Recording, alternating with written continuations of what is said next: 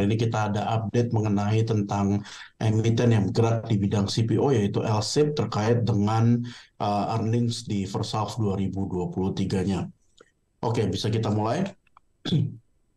Ya, jadi secara keseluruhan memang terkait dengan revenue-nya atau earnings-nya ini sendiri, ini memang sekilas fall short of estimates ya daripada dibandingkan dengan kita punya estimasi dan juga konsensus. Walaupun memang sebetulnya kalau misalkan dari sisi revenue-nya ini relatively inline. Jadi memang untuk LSIP sendiri di second Q 2023 itu revenue-nya dicatat di 979 miliar rupiah atau naik secara Q on Q sebesar 8,4%. Kemudian juga memang ada pengalaman penurunan yaitu di 23,6% secara year on year sehingga membawa secara keseluruhan untuk di first half 2023-nya ini ada di level 1,9 triliun rupiah atau memang mengalami penurunan 8% secara year on year. Jadi untuk terkait dengan di first half 2023-nya sendiri ini memang mainly driven ada karena dua alasan, yaitu yang pertama memang ASP-nya yang memang significantly lower dibandingkan dengan tahun lalu, yaitu 23% yang menjadi 12,3 juta. Kemudian juga ASP-nya yang memang sebenarnya untuk PK-nya ini juga mengalami penurunan yang cukup signifikan juga yaitu di level 53% secara year on year ke level 6,7 juta ton untuk PK-nya atau palm kernel oil-nya. Palm kernel ya, sorry. Walaupun memang di sisi lain, kalau misalkan kita perhatikan dari sales volume, itu sebenarnya untuk di first half 2023 ini masih mengalami cukup kenaikan yang baik gitu. Di level untuk CPO-nya naik 21% secara year on year, kemudian juga untuk PK-nya itu sendiri masih naik juga secara year on year 66%. Jadi memang level daripada revenue-nya ini lebih di-driven penurunannya oleh ASP yang memang significantly lower. Next. Terkait dengan gross profit margin yang juga berdampak terhadap net profit daripada LSIP ini sendiri. Jadi memang untuk di first half 2023-nya ini kita melihat GPM-nya ini squeezed ya ke level 13,7%. Uh, percentage point 13,7 ke level 10,9 di second Q 2023 karena memang di second Q 2023 ini kita melihat adanya higher FFB purchases dari LSIP itu sendiri yang kita ekspektasikan memang dasarnya adalah dari plasmanya LSIP yang memang naik ke level 138 miliar rupiah atau naik sebesar 54,4% secara Q on Q dan itu juga memang mengikuti daripada FFB production daripada plasmanya yang naik secara Q on Q itu 71,7%. Kemudian di sisi lain secara untuk COGS-nya ini kita juga melihat ada kenaikan yang cukup signifikan secara Q on Q di second Q 2023 yaitu untuk biaya upkeep dan cultivation yang kurang lebih seperti untuk maintenance daripada plantation-nya itu sendiri naik sebesar 21,2% secara Q on Q ke level 143 miliar rupiah. Sehingga memang untuk 2023 di second Q-nya ini kita melihat net profit-nya ini turun cukup signifikan juga ke level 54 miliar atau turun dari 51,5% ke secara Q on Q kemudian juga turun sebesar 78% secara year on year.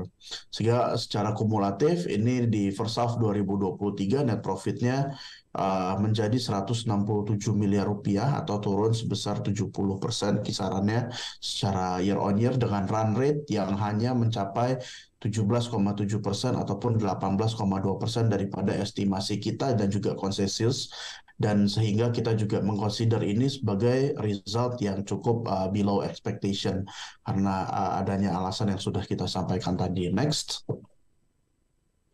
Ya, terkait dengan operasionalnya sendiri, jadi memang untuk FFB production-nya ini secara Q on Q di 2Q23 ini kita melihat sebenarnya cukup baik secara Q on Q-nya, yaitu ada di level 327 ton untuk FFB atau tandan buah segarnya TBS. Itu naik dari 12,4%, kemudian tapi memang masih mengalami penurunan yaitu 5% karena cuaca yang memang masih agak kurang favorable. Kemudian juga untuk secara kumulatif, namun sudah kita melihat kenaikan ya, yaitu ya di level 5,3% secara year-on-year kenaikannya ke level 618 ribu ton. Sedangkan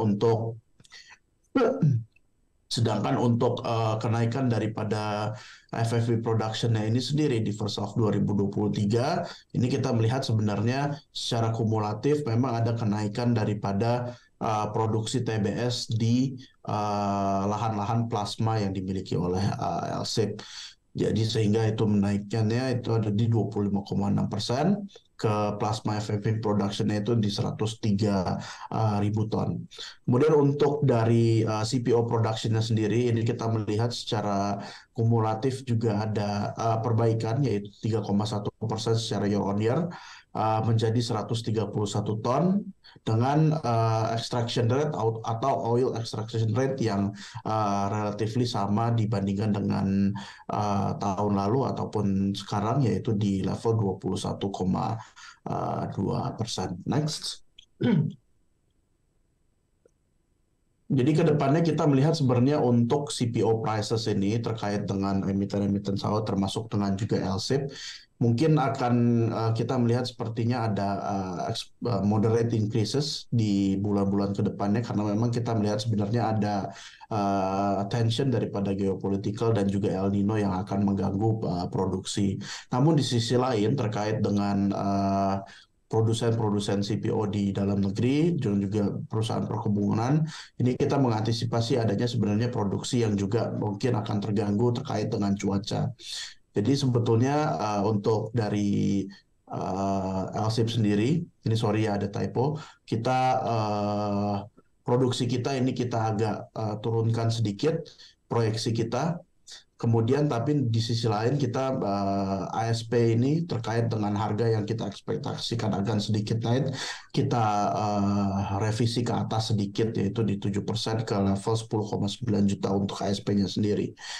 Sehingga memang untuk secara keseluruhan proyeksi kita untuk LSIP di tahun ini kita turunkan 4% untuk revenue-nya.